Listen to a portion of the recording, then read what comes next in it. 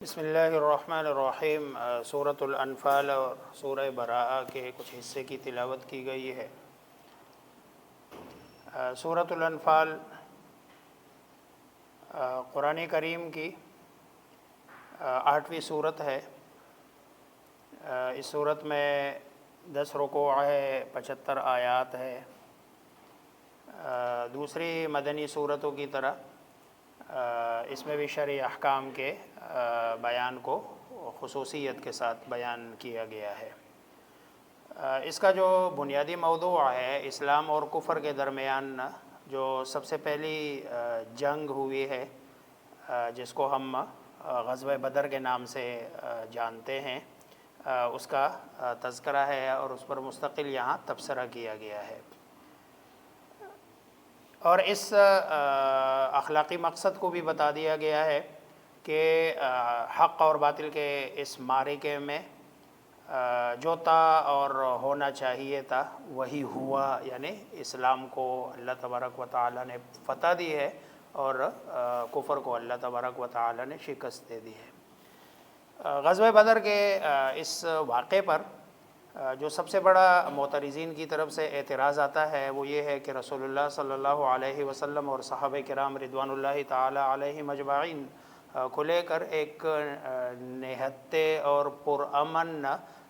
قافلے کو نعوذ باللہ لوٹنے کے لیے جا رہے تھے، لیکن یہ اعتراض کرنے والے ظاہری بات ہے زیادہ تر مستشرقین کفار ہے۔ لیکن کچھ روشن خیال مسلمان بھی ان کے ہاں میں ہاں ملا کر وہ بھی یہی کہتے ہیں کہ ہاں دیکھو، ایک پرامن قافلے پر حملے کرنے کا تو کوئی جواز نہیں بن رہا تھا، اور آپ صلی اللہ علیہ وسلم کا ارادہ اس قافلے پر بعض لوگ یہ توجیہ کرتے ہیں کہ قافلے پر حملے کا ارادہ آپ صلی اللہ علیہ وسلم کا نہیں تھا، بلکہ ابو سفیان نے خود خطرہ محسوس کر کے یہاں سے ابو جہل کی طرف ایک پیغام بھیجا اور اس نے پھر اپنا پورا لشکر بنا کے لیکن یہ بات ساری درست نہیں ہے۔ رسول اللہ صلی اللہ علیہ وسلم اور مسلمانوں کا سوائے اس کے کوئی ارادہ نہیں تھا کہ شام سے آنے والے قافلے پر حملہ ہی کرنا مقصود تھا، لیکن اس کے پیچھے راز کیا تھا، یعنی یہ قافلہ نہتہ تھا یا پرامن تھا، اس کے پیچھے بڑے سارے واقعات ہیں۔ چنانچہ رسول اللہ صلی اللہ علیہ وسلم جب ہجرت کر کے مدینہ تشریف لے کے گئے ہیں تو آپ صلی اللہ علیہ وسلم اور صحابہ کو ان مشرکین مکہ نے وہاں پر بھی امن سے رہنے نہیں دیا۔ انہوں نے خط لکھا عبداللہ ابن ابی رئیس المنافقین کو کہ بھئی ہمارے بندے تمہارے پاس آئے ہوئے ہیں اور تم ایسے کرو، رسول اللہ صلی اللہ علیہ وسلم کے قتل کا کوئی منصوبہ بناؤ اور اس کو نعوذ باللہ قتل کر دو۔ اسی طرح حضرت سعد ابن معاذ رضی اللہ تعالی عنہ جو انصار کے بہت بڑے سردار ہیں، ایک دفعہ عمرے پہ آئے ہیں، رسول اللہ صلی اللہ علیہ وسلم پر ایمان لا چکے تھے۔ عمرے پہ آنے کے بعد یہ طواف کر رہے تھے، سامنے ابو جہل آئے تو ابو جہل نے کہا بھئی تم نے بڑی زیادتی کی ہے، ظلم کیا، ہمارے بندوں کو تم نے وہاں پر پناہ دی ہے، اگر تم نے اس کو وہاں سے نکالا نہیں تو آئندہ تمہارا کوئی بھی بندہ انصار کا جب یہاں پہ آئے گا تو ہم ان کو قتل کریں گے۔ ظاہری بات ہے وہ بھی سردار تھا، اس نے کہا ٹھیک ہے، تم ہمارے بندے قتل کرو تو ہم تم سے ایسا بدلہ لیں گے اور ایسی جگہ تمہیں پھنسائیں گے کہ تمہیں یاد رہے گا۔ پھر اس کے ساتھ ساتھ مسلمانوں کے کچھ ریوڑ جو مدینہ کے اطراف میں کہیں چرنے کے لیے جاتے تھے تو یہ مشرکین وہاں جا کر ان پر حملہ کرتے تھے۔ یہ پورا پس منظر ہے، اور اسی پس منظر میں حضرت سعد ابن معاذ رضی اللہ تعالی عنہ کے اس جو دھمکی کی بنیاد پر رسول اللہ صلی اللہ علیہ وسلم صحابہ کرام رضوان اللہ تعالی علیہم اجمعین کو لے کر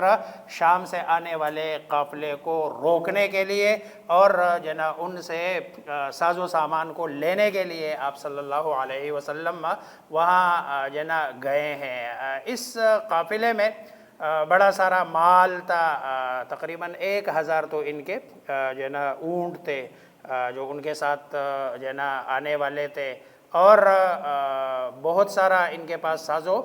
سامان تھا، لاکھوں کا ساز و سامان تھا جو ہے نا ان کے پاس۔ رسول اللہ صلی اللہ علیہ وسلم صحابہ کرام رضوان اللہ تعالی علیہم اجمعین کو لے کے وہاں ان کا راستہ روکنے کے لیے گئے ہیں۔ ادھر جو ہے نا مکہ والوں کو بتا دیا گیا کہ بھائی شام سے آنے والا جو قافلہ ہے اس کو روکنے کے لیے تو مسلمان آ رہے ہیں، اور ان کے پورے سال کے کھانے پینے کا دار و مدار اسی شام والے قافلے پر ہوتا تھا، ان کے لیے تو زندگی اور موت کا مسئلہ تھا۔ چنانچہ وہ یہاں سے لشکر لے کے، مسلمان 313 تھے اور جو ہے نا ادھر سے 1000 کا لشکر نکلا ہے۔ ایمان والوں کا جو بنیادی مقصد تھا، قرآن اس کو ذکر کرتا ہے، صاف ستھرے الفاظ میں ذکر کرتا ہے کہ بھئی تمہارا ارادہ اس نہتے قافلے کا سامنا کرنے کا تھا، لیکن اللہ تبارک و تعالیٰ یہ نہیں چاہ رہے تھے کہ تمہارا اس نہتے قافلے کے کا جو ہے نا تمہیں سامنا کرنے پڑے، بلکہ اللہ تبارک و تعالیٰ کی چاہت یہ تھی کہ بھئی تم ایک ایسی جماعت کے ساتھ جو لڑاکو ہو، لڑنے کا مقصد لے کے آئے ہو، ان کے ساتھ تمہارا آمنا سامنا ہو، اور مقصود کیا تھا لیحق الحق ویبطل الباطل ولو کرہ الکافرون، کہ اللہ تبارک و تعالیٰ حق کو جو ہے نا سربالا کر دے اور باطل کو جو ہے نا باطل کر دے۔ سورت میں جو ابتدائی لفظ ہے انفال، یہ نفل کی جمع ہے، اور نفل کہتے ہیں مال غنیمت کو۔ اصل میں نفل کے جو لغوی معنی ہے اضافی چیز کو کہتے ہیں، چونکہ مال غنیمت بھی جہاد سے ایک اضافی چیز ہوتی ہے۔ اصل جہاد کا جو مقصود ہوتا ہے وہ اعلاء کلمت اللہ، اللہ تبارک و تعالیٰ کے نام کی سربلندی کے لیے جو ہے نا وہ جو ہے نا نماز میں بھی جیسے نفل کہتے ہیں فرض سے جو اضافی ہوا کرتا ہے اس کو نفل کہتے ہیں، اسی طرح جہاد میں بھی جو مال غنیمت ہے یہ اللہ تبارک و تعالیٰ کی طرف سے گویا کہ ایک جو ہے نا انعام ہے جو دیا جاتا ہے۔ اللہ تبارک و تعالیٰ کے راستے میں لڑنے کے لیے جو ایمان والے ہیں، ایمان والوں کے اوصاف کا ذکر کیا گیا ہے۔ پہلی وصف اور صفت جب اللہ کا ذکر کیا جاتا ہے تو سن کر ان کا ایمان اور مستحکم ہو جاتا ہے۔ دوسری صفت یہ ہے کہ جب ان کو جو ہے نا جب وہ اللہ تبارک و تعالیٰ کا ذکر کیا جاتا ہے تو محبت اور خوف کے مارے ان کے دل کانپ اٹھتے ہیں، اور جب ان کی آیتیں ان کو سنائی جاتی ہے تو ان کا ایمان اور مستحکم ہو جاتا ہے، ہر معاملے میں اللہ پر بھروسہ رکھتے ہیں، اور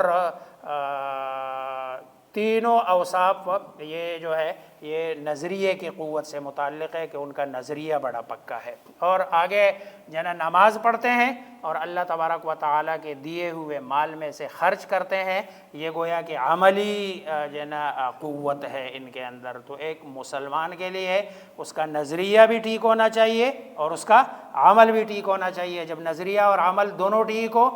تب جب یہ جو ہے نا کفر کے ساتھ اور لڑتا ہے تو اللہ تبارک و تعالیٰ اس کو جو ہے نا فتح جو ہے نا دے دیتے ہیں۔ پھر جو ہے نا اس صورت میں یہ جو مال غنیمت کا مسئلہ ہے، مال غنیمت جب بدر میں مسلمانوں کو اچھی خاصی مال غنیمت ملی، اللہ تبارک و تعالیٰ نے فتح دے دی، ہتھیاروں کی کمی کے باوجود، فوج کی کمی کے باوجود فتح ہوئی، اور جب مال غنیمت کی تقسیم کا وقت آیا تو کوئی کہہ رہا تھا بھائی ہم زیادہ لڑے ہیں، کوئی کہہ رہا تھا کہ بھائی ہم جوان ہیں یہ بوڑھے ہیں، کچھ کہہ رہے تھے نہیں ہم تو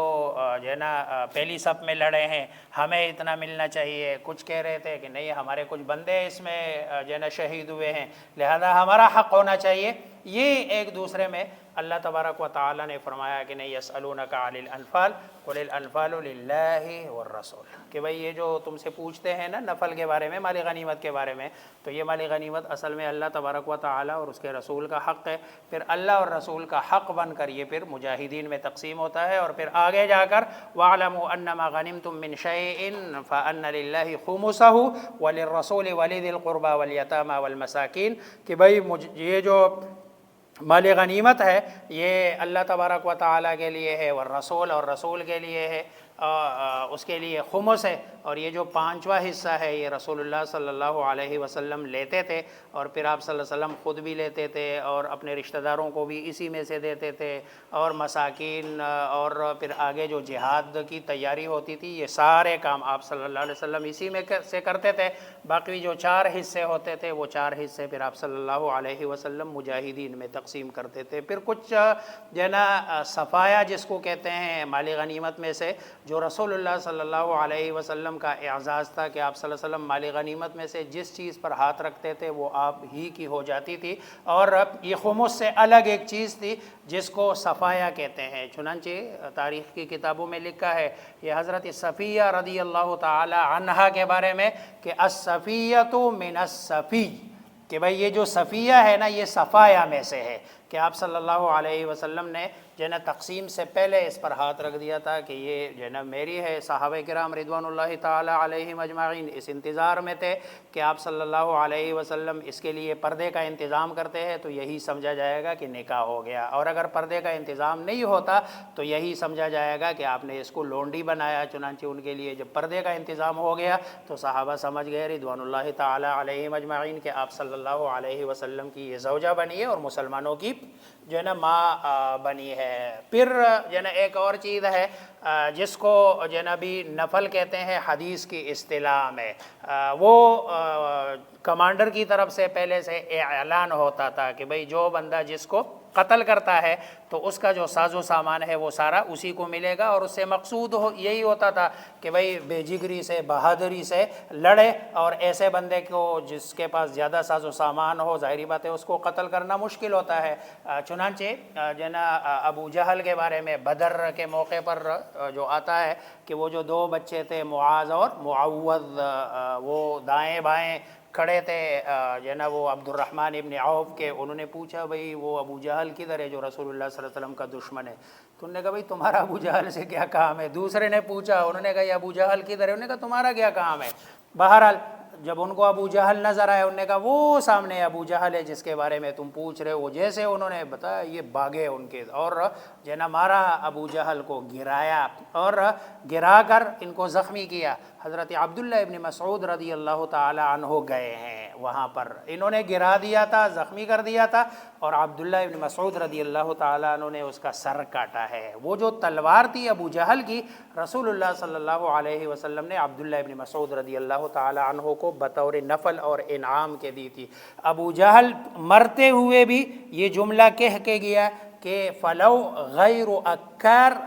قتلنی، کاش مجھے کاشتکاروں کے علاوہ کوئی اور قتل کرتا۔ یہ کاشتکار چونکہ عبداللہ ابن مسعود رضی اللہ تعالی عنہ انصاری میں صحابہ میں سے ہے اور یہ کاشتکاری کرتے تھے، تو وہ اس وقت بھی مطلب ہے وہ نخوت، تکبر اور گھمنڈ تھا کہ بھئی مجھے اپنا کوئی رشتہ دار قتل کرتا لیکن یہ کاشتکار مجھے قتل نہ کرتے، اور اسی تکبر ہی کی وجہ سے جو ہے نا وہ اسلام نہیں لے کے آئے، ورنہ وہ رسول اللہ صلی اللہ علیہ وسلم کی حقانیت کا انہیں یقین تھا، اور وہ جانتے تھے کہ رسول اللہ صلی اللہ علیہ وسلم سچ ہے اور آپ صلی اللہ علیہ وسلم حق پر ہے۔ پھر جو ہے نا اللہ تبارک و تعالی نے اس جو ہے نا صورت میں صحابہ کرام رضوان اللہ تعالی علیہم اجمعین کے اوپر اللہ تبارک و تعالی کے انعامات کا ذکر کیا ہے۔ یا ایھا الذین آمنوا استجیبوا للہ وللرسول، اور آگے ورزقکم من الطیبات لعلکم تشکرون۔ پھر اللہ تبارک و تعالی نے اس صورت میں بہت ساری جگہوں میں اے ایمان والوں کے ساتھ خطاب کیا ہے۔ پہلا خطاب آیت نمبر 15 میں فرمایا، اور فرماتے ہیں اے ایمان والو جب تم میدانی جنگ میں کافروں سے ٹکراؤ تو ان سے پیٹ مت کرو، یعنی جو ہے نا بھاگو نہیں۔ دوسرا خطاب اے ایمان والو اللہ اور اس کے رسول کے حکم کی اطاعت کرو، اور جو ہے نا اسے سن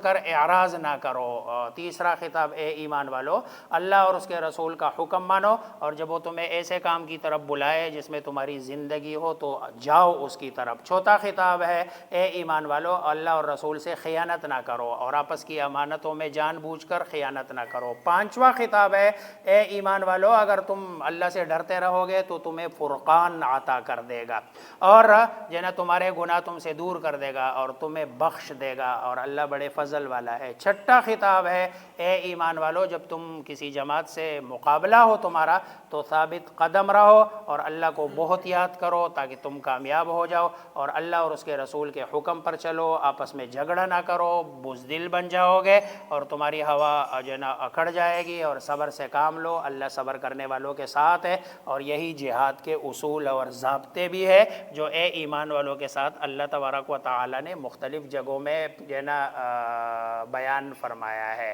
پھر جو ہے نا قانون جنگ کی جو دفعات ہے وہ بیان کی گئی ہے۔ چنانچہ سب سے پہلا دفعہ جو ہے نا دوسرے رکوع سے اذا لقیت یا ایھا الذین آمنوا اذا لقیتم الذین کفروا زحفا، یہ پہلا ہے جو ہے نا وہ کہ جو ہے نا اسی طرح دوسرا دفعہ کہ مال غنیمت میں اختلاف اور اس طرح کی چیزوں میں اختلاف نہیں کرنا جو ہے نا چاہیے، اور اس کی تقسیم بھی اللہ تبارک و تعالی اور اس کے رسول کے مرضی سے، اور جتنا تمہیں ملے اسی پر جو ہے نا قناعت کرو۔ پھر جو اگلا پارہ ہے کچھ حصہ 90 پارے میں ہے، کچھ سورہ انفال کا 10ویں پارے میں ہے، اور اس میں بھی جہاد کی غایت کو بیان کیا گیا ہے اور اس سے مقصود فتنہ اور فساد کو مٹھانا ہے۔ جہاد کو فتنہ اور فساد کہنے والے یہ گمراہ لوگ ہیں، کیونکہ اللہ تبارک و تعالی نے قرآن کریم میں جہاد کو فتنے اور فساد کو مٹھانے کا سبب اور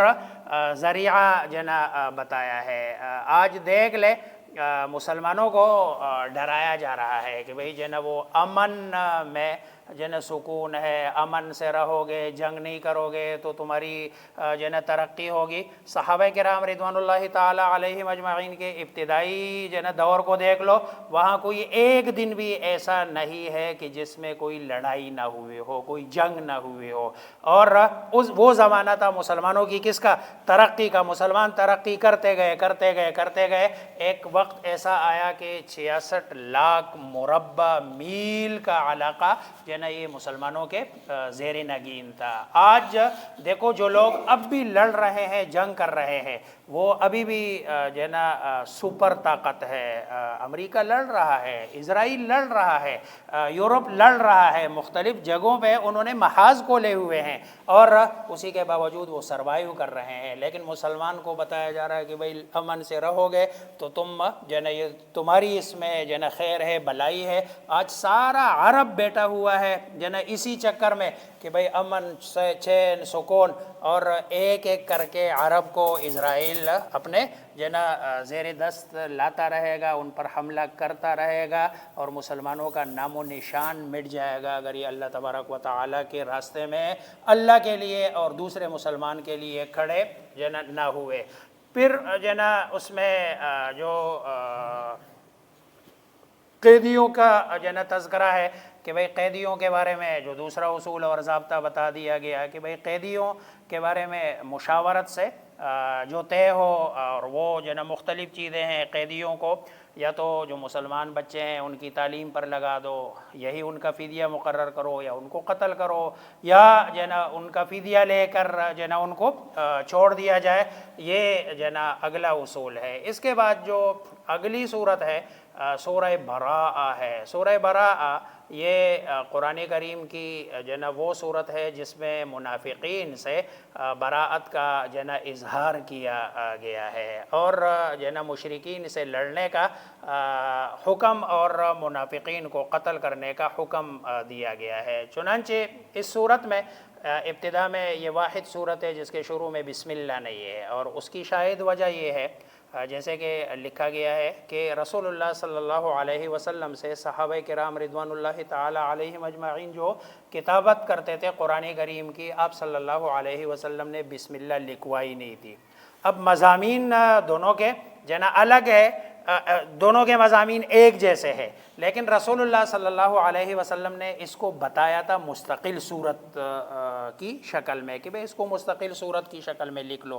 اب جب مشورہ ہوا، مشاورت ہوئی کہ بسم اللہ لکھی جائے یا نہ لکھی جائے، تو جو ہے نا دونوں باتوں کا خیال کرتے ہوئے کہ بھئی جو ہے نا دونوں کے مضامین ایک ہے جو ہے نا اسی لیے جو ہے نا الگ الگ صورت جو ہے نا اس کے بیچ میں بسم اللہ نہ لکھی جائے، اور چونکہ دونوں صورتیں الگ الگ ہیں اس لیے صورت جو ہے نا الگ. یہ جو لوگ کہتے ہیں کہ اس میں منافقین کا تذکرہ ہے اس لیے اس میں بسم اللہ نہیں ہے، اس بات کا اس سے کوئی تعلق نہیں ہے، ورنہ قرآن کریم میں کہیں خنزیر کا تذکرہ ہے، کہیں شیطان کا تذکرہ ہے، کہیں فرعون کا تذکرہ ہے، کہیں حامان کا تذکرہ ہے، کہیں ابلیس کا تذکرہ ہے. ان تذکروں کے ساتھ بسم اللہ کا کوئی تعلق نہیں ہے. قرآن سارا چاہے مثبت ہے یا منفی ہے، جس چیز کا بھی تذکرہ ہے قرآن سارا باعث برکت ہے. ورنہ تو قرآن کریم میں اللہ تبارک و تعالی جہاں جو ہے نا سورہ رحمان میں جہنم کا تذکرہ کرتے ہیں نا، تو اس کے ساتھ بھی اللہ تبارک و تعالی فرماتے فَبِأَيِّ آلَاءِ رَبِّكُمَا تُكَذِّبَانِ کہ بھئی تم اپنے رب کی کون کون سی نعمتوں کو جو ہے نا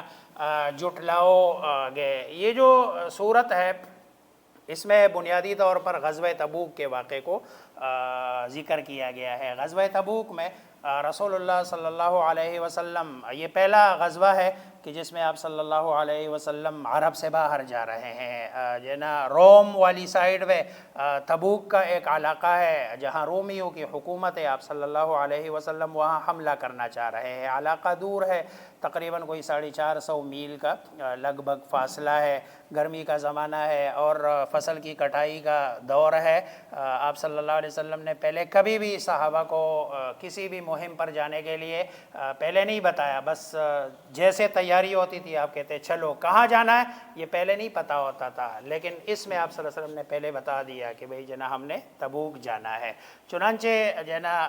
جو نا کچھ لوگ آپ صلی اللہ علیہ وسلم سے پیچھے جو نا رہ گئے اور وہ آپ صلی اللہ علیہ وسلم کے ساتھ نہیں گئے، جس میں اکثر منافقین تھے. اللہ تبارک و تعالی نے اس صورت میں براءت کا ان سے جو نا اظہار کیا اور پھر بتایا کہ بھئی اللہ تبارک و تعالی نے کتنی ساری جگہوں پر لَقَدْ نَصَرَكُمُ اللَّهُ فِي مَوَاطِنَ كَثِيرًا وَيَوْمَ حُنَيْنٍ إِذْ أَعْجَبَتْكُمْ كَثْرَتُكُمْ کہ بھئی حنین کے موقع پر بھی جب تم 12,000 تھے اور تمہیں اپنے کثرت پر بڑھاوا ہونے لگا اور تکبر کرنے لگے کہ بھئی ہم تو آج زیادہ ہے، آج ہمیں نہیں ہوگی جو نا کوئی شکست. لیکن وہاں تمہارے جب جیسے ہی تم گئے وہاں انہوں نے پہاڑوں میں تیر انداز بٹھائے ہوئے تھے اور زور کی انہوں نے تیر اندازی کی. سارے صحابہ کرام رضوان اللہ تعالی علیہم اجمعین پیچھے جو نا مڑے ہیں، باغے ہیں. آپ صلی اللہ علیہ وسلم اور چند صحابہ رہ گئے. بعد میں اگرچہ فتح ہوئی تو وہاں اللہ تبارک و تعالیٰ کی مدد، بدر میں، احد میں، یہ سب جگہوں میں اللہ تبارک و تعالیٰ کی مدد تمہارے ساتھ تھی. اور تم اس میں جو لوگ نہیں گئے رسول اللہ صلی اللہ علیہ وسلم کو بتا دیا گیا کہ بھئی یہ واپس آ کر آپ کے سامنے اپنے اعذار پیش کریں گے، لیکن آپ میں سے ان میں سے کسی کا عذر قبول نہیں کرنا. پھر اسی صورت میں اللہ تبارک و تعالیٰ نے یہ بھی بتا دیا کہ آج کے بعد یہ جو مشرکین نجس ہے یہ مسجد حرام کے قریب نہیں جائیں گے، اور مسجد حرام میں ان پر جانے کی پابندی لگا دی گئی ہے. اس کے بعد جو نا اس صورت میں مسجد کو بنانے والے کی تعریف کی گئی ہے اور اس کو تعمیر کرنے والے کی تعریف کی گئی ہے کہ بھئی یہ جو منافق ہے، مشرک ہے، مسجد کی تعمیر ان کا کام نہیں ہے، مسجد کی تعمیر ایمان والوں کا کام ہے. اور پھر جو ہے نا جہاد اور جو ہے نا حاجیوں کو پانی پلانا اور جو ہے نا مسجد حرام کی عمارت، ان دونوں کا آپس میں موازنہ کیا گیا ہے کہ اجعلتم سقایۃ الحاج وعمارۃ المسجد الحرام کمن آمن باللہ والیوم الآخر وجاہد فی سبیلہ. ایک آدمی ہے جو رفائی کام کرتا ہے، دوسرا اللہ پر ایمان بھی لاتا ہے اور اللہ تبارک و تعالیٰ کے راستے میں جہاد بھی کرتا ہے. یہ دونوں برابر نہیں ہو سکتے ہیں. اصل جو اللہ کے ہاں مقام اور مرتبہ ہے اسی کا ہے جو اللہ تبارک و تعالیٰ کے راستے میں جو نا لڑتا ہے. پھر جو نا مشرکین سے قتال کے اسباب بیان کیے گئے ہیں. ان لوگوں نے عہد کو توڑا ہے، ایک. دوسرا یہ کہ اللہ تبارک و تعالیٰ کے رسول کو مکہ سے نکالا، دو. اور خود انہوں نے عہد توڑنے کی ابتدا کی. لہذا ان امور کے بعد ضروری ہے کہ ان لوگوں سے خوب قتال کیا جائے. پھر قتال کی صورت میں اللہ تبارک و تعالیٰ نے 4 چیزوں کا وعدہ فرمایا. نمبر 1، اللہ ان کافروں کو مومنوں کے ہاتھوں عذاب چھکائے گا. نمبر 2، انہی کے ہاتھوں رسوا کرے گا. نمبر 3، مسلمانوں کو کافروں پر غلبہ عطا کرے گا. اور نمبر 4، اللہ تبارک مسلمانوں کے دلوں کو اللہ تبارک و تعالی ٹھنڈا جنا کر دے گا. اب یہ چونکہ اسلام امن پسندی چاہتے ہیں، اس لیے اگر یہ لوگ مسلمان ہو جاتے ہیں تو تو اسلام اور شعائر اسلام نماز اور زکوٰۃ کی پابندی کرتے ہیں، ٹھیک ہے، ان سے کوئی جھگڑا نہیں ہے، کوئی تعارض نہ کیا جائے اور بلکہ ان کو مسلمان تسلیم کیا جائے۔ پھر آگے جو نا اندھی تقلید سے ممانعت کی گئی ہے کہ بھئی اندھی تقلید نہ کرو، اہل کتاب سے پھر لڑنے کا حکم ہے کہ بھئی اہل کتاب سے بھی لڑو اور ان کو جو ہے نا جزیرہ عرب سے نکال دو۔ پھر آگے زکوٰۃ کا تذکرہ کیا گیا ہے کہ بھئی اللہ تبارک و تعالیٰ کے راستے میں زکوٰۃ تو، اور زکوٰۃ کن کن لوگوں کو دینی چاہیے، انما الصدقات للفقراء والمساکین۔ پھر آگے زکوٰۃ نہ دینے والوں کے جو ہے نا مذمت کی گئی ہے، والذین یکنزون الذهب والفضة ولا ينفقونها في سبیل اللہ فبشرهم بعذاب علیم یوم یحمى علیہا فی نار جہنم فتکوی بہا جباہہم، کہ قیامت والے دن یہ سونا چاندی پیسہ یہ سارا آگ پہ پگھلا کر ان کے ماتھوں پر، ان کے پہلوؤں پر اور ان کے پشتوں پر ان کو داغا جائے گا، اور ان سے کہا جائے گا کہ جو ہے نا یہی چھکو جو تم دنیا میں اپنے لیے جمع کرتے تھے۔ پھر آگے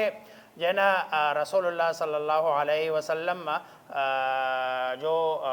منافق کے جنازے پر آپ صلی اللہ علیہ وسلم گئے ہیں تو اللہ تبارک و تعالی نے منع فرمایا کہ وَلَا تُصَلِّ عَلَىٰ أَحَدٍ مِّنْهُمْ مَاتَ أَبَدًا وَلَا تَقُمْ عَلَىٰ قَبْرِهِ، بلکہ آگے فرمایا کہ آپ ان کے لیے استغفار بھی نہ کریں، ان تستغفر لهم 70 مرة فلن يغفر اللہ لهم، اگر تم ان کے لیے 70 مرتبہ، اور 70 جو مرتبہ ہے یہ کثرت کے لیے، آپ مغفرت کی دعا کریں گے اللہ تبارک و تعالی تب بھی ان کو بخشیں گے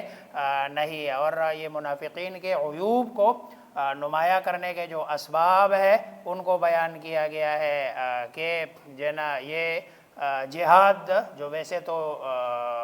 بڑی مشکل عبادت ہے ساری عبادات میں، جبکہ غزوہ تبوک میں مادی اعتبار سے اپنے وقت کے سب سے بڑی فوج کے ساتھ مقابلہ تھا، اور وہ بھی جو ہے نا شدید گرمی اور فقر و فاقے کے دنوں میں، اس لیے یہ لوگ جو ہے نا رسول اللہ صلی اللہ علیہ وسلم کے ساتھ نہیں گئے۔ باقی کون نہیں گیا، کون گیا، اور پھر ان کے ساتھ واپسی میں کیا معاملہ ہوا، یہ اگلے جو ہے نا سورہ اگلے پارے کے یعتذرون الیکم اذا رجعتم میں جو ہے نا بیان کیا گیا ہے۔ ایک طرف منافقین کی جماعت ہے، دوسری طرف مخلصین کی جماعت ہے جو اپنے کسی عذر کی وجہ سے غزوہ میں شریک نہ ہو سکے، اور ان کا پھر اللہ تبارک و تعالی نے توبہ قبول کر لی، جس کا تذکرہ اگلی صورت میں ہے۔ اللہ مجھے آپ سب کو سمجھنے عمل کرنے کی توفیق عطا فرمائے۔